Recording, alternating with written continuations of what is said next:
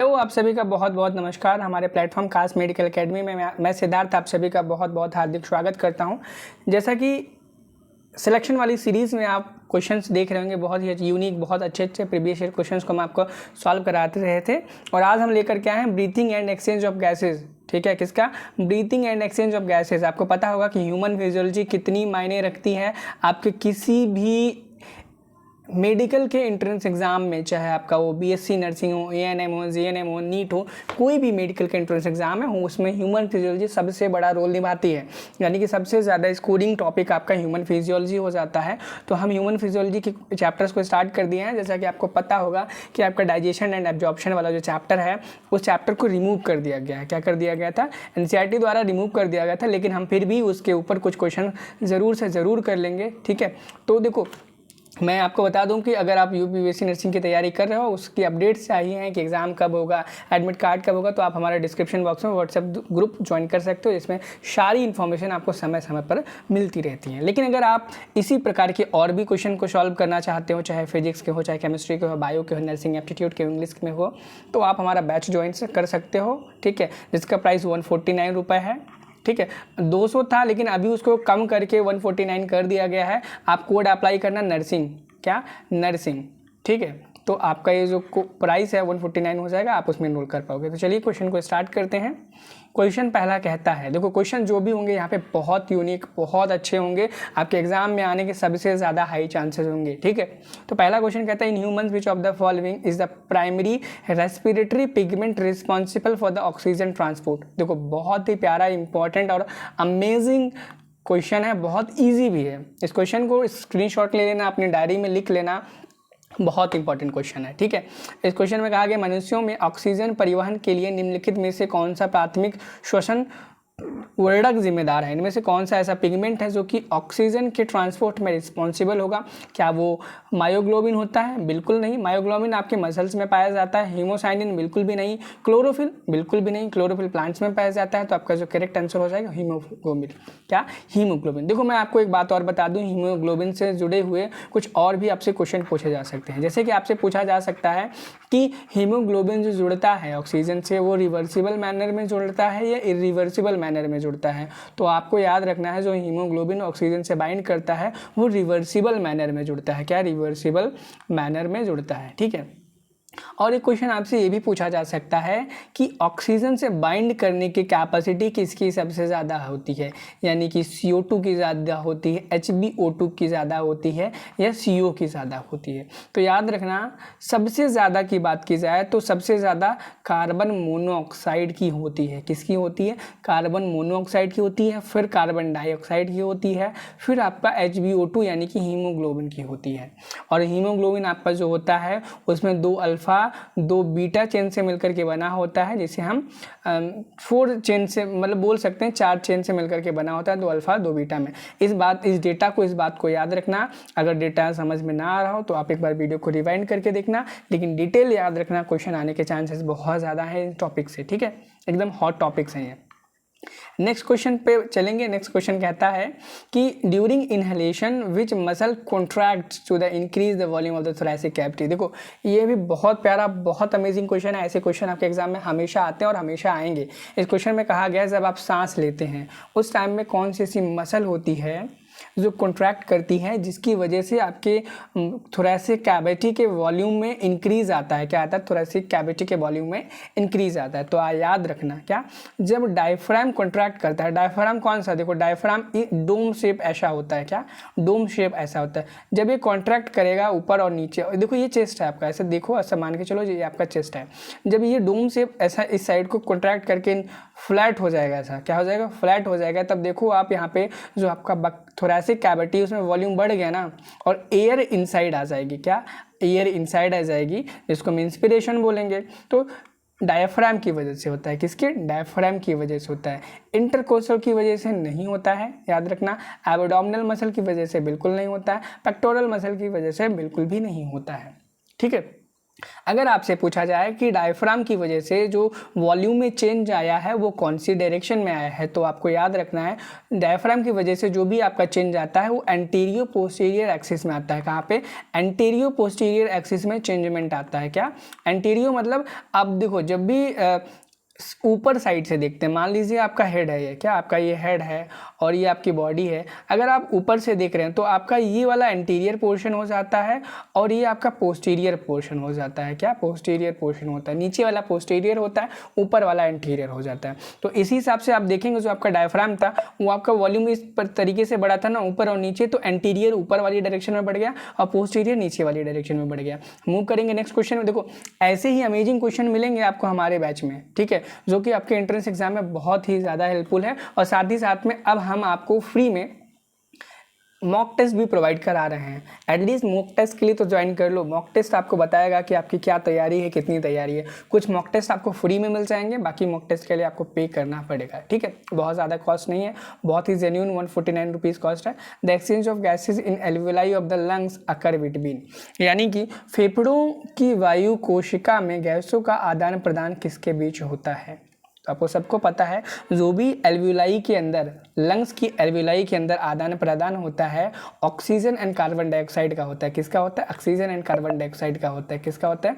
Oxygen and carbon dioxide का आदान प्रदान होता है, ठीक है।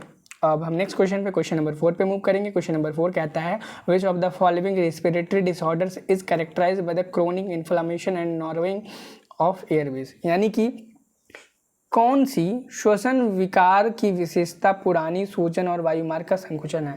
यानी कि कौन सी ऐसी इसमें डिसऑर्डर है जिसमें इन्फ्लामेशन होने लगता है। क्या ध्यान रखना, जब वर्ड आ जाए इन्फ्लामेशन तब आपको एजमा लगाना। देखो एस्थमा हम बोलते हैं, एस्थमा एजमा इसको करेक्टली पढ़ा जाता है इसका प्रोनाउंसिएशन, लेकिन नॉर्मली हम एस्थमा पढ़ते हैं, ठीक है।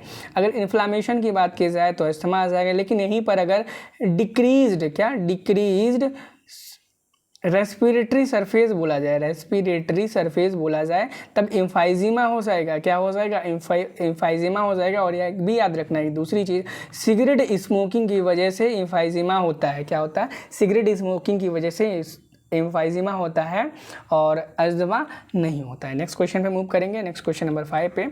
तो क्वेश्चन नंबर 5 कहता है कि in which of the following, in which part of the human respiratory system does the actual exchange of gases with the blood occur, यानी कि मानव श्वसन तंत्र में किस भाग में रक्त के साथ गैसों का वास्तविक आदान प्रदान होता है। तो आपको सबको पता होना चाहिए एल्वियोलाई ऐसा साइट है जहां पर आपका गैसेस का एक्सचेंज होता है। अरे एक बात मैं बताना भूल गया, मैंने ये तो बता दिया कि आप डाउनलोड कर लेना वगैरह वगैरह, आपका नाम ही नहीं बताया मैंने, आपका नाम है काश मेडिकल एकेडमी। आप उसे प्ले स्टोर से भी डाउनलोड कर सकते हो, डिस्क्रिप्शन बॉक्स में लिंक है वहाँ से भी डाउनलोड कर सकते हो, ठीक है।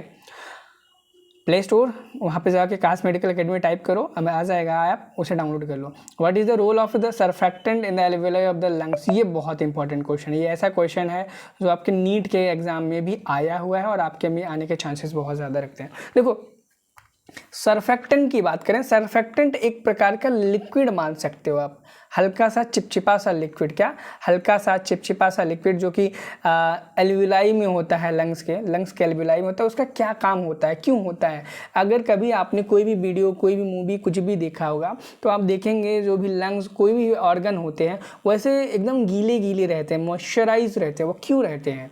तो देखो हम अदर पार्ट्स की बात नहीं कर रहे हैं, यहाँ पे सिर्फ लंग्स के अंदर की जो एल्वियोलाई है उसके बारे में बात कर रहे हैं।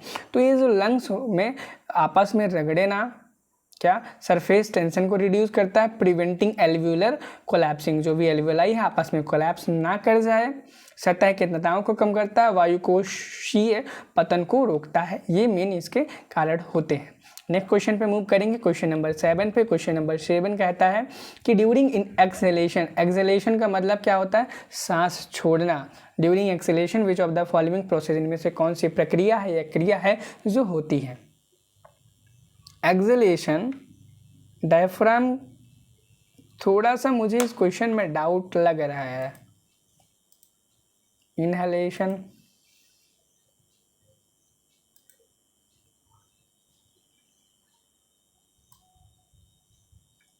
देखो यहाँ पे देखो थोड़ा सा डार्क है, ये मत देखना कि डार्क है तो इसका यही करेक्ट आंसर है, ये आंसर नहीं है, ये आंसर नहीं है इसका।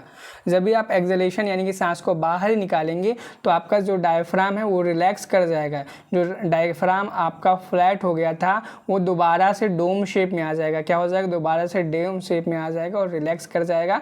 उस केस में आपका थोरेसिक जो लंग का वॉल्यूम है वो डिक्रीज कर जाएगा। ऑप्शन नंबर 3 इसका राइट आंसर हो जाएगा। ठीक है, ध्यान रखना है इस क्वेश्चन का, बहुत ही इंपॉर्टेंट और अच्छा क्वेश्चन था। क्वेश्चन नंबर 8 देखेंगे, विच of the following of the epiglottis during, यहाँ पे एपिग्लॉटिस का फंक्शन पूछा गया है, स्वेलिंग यानी कि खाना निगलने के दौरान एपिग्लॉटिस का क्या कार्य होता है। एपिग्लॉटिस पता है आपको क्या होता है? देखो ये होता है आपका ट्रैकिया, ठीक है, और ये होता है आपका ग्लॉटिस। ग्लॉटिस मतलब होता है, मैं बताता हूँ, ग्लॉटिस मतलब होता है आपका फूड पाइप। फूड पाइप आपका पीछे होता है और विंड पाइप जिसे हम ट्रैकिया बोलते हैं वो आगे होता है।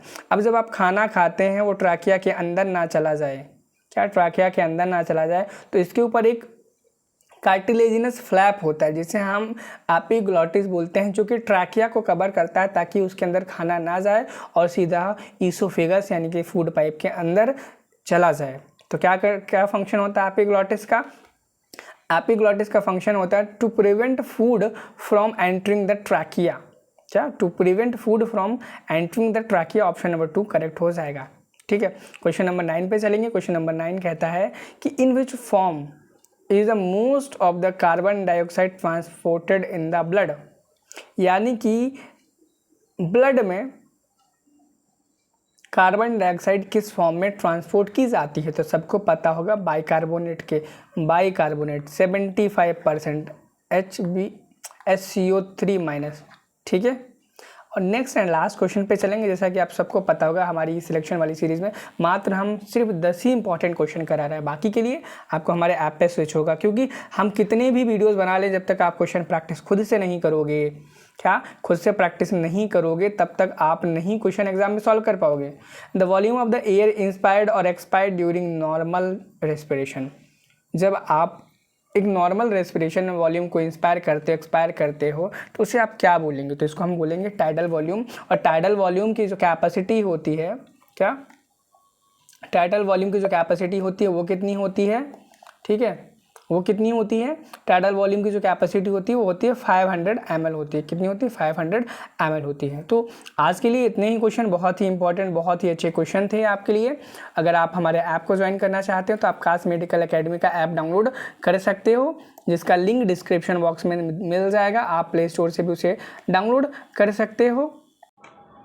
जैसे आप ऐप डाउनलोड करोगे, अगर आप यूपी बीएससी नर्सिंग का प्रिपेयर कर रहे हो तो आपको ऐसा एक वहाँ पे कोर्स का बैनर दिखेगा, आप उसे ज्वाइन कर सकते हो, जिसका प्राइस 200 होगा। लेकिन आपका एग्ज़ाम पास रह गया, जिसे 149 में कर दिया गया है। लेकिन जो भी बच्चे एमपी बीएससी नर्सिंग का देने वाले हैं, एमपी पीएनएसटी, उनके लिए 200 ही प्राइस है, क्योंकि उनका एग्ज़ाम जुलाई में होने वाला है। यूपी वाले इनके लिए प्राइस 149 कर दिया गया है। जाकर के तुरंत से एनरोल कर लो, वहाँ पे आपको नर्सिंग एप्टीट्यूड के क्वेश्चन मिल जाएंगे, फिजिक्स के मिल जाएंगे, बायो के मिल जाएंगे, केमिस्ट्री के मिल जाएंगे, इंग्लिश के मिल जाएगा। और ध्यान रखना हिंदी और इंग्लिश दोनों में मिलेंगे। कहाँ पर मिलेंगे? काश मेडिकल एकेडमी के ऐप पर। तो मिलते हैं नेक्स्ट वीडियो में। Thank you, have a nice day, bye bye.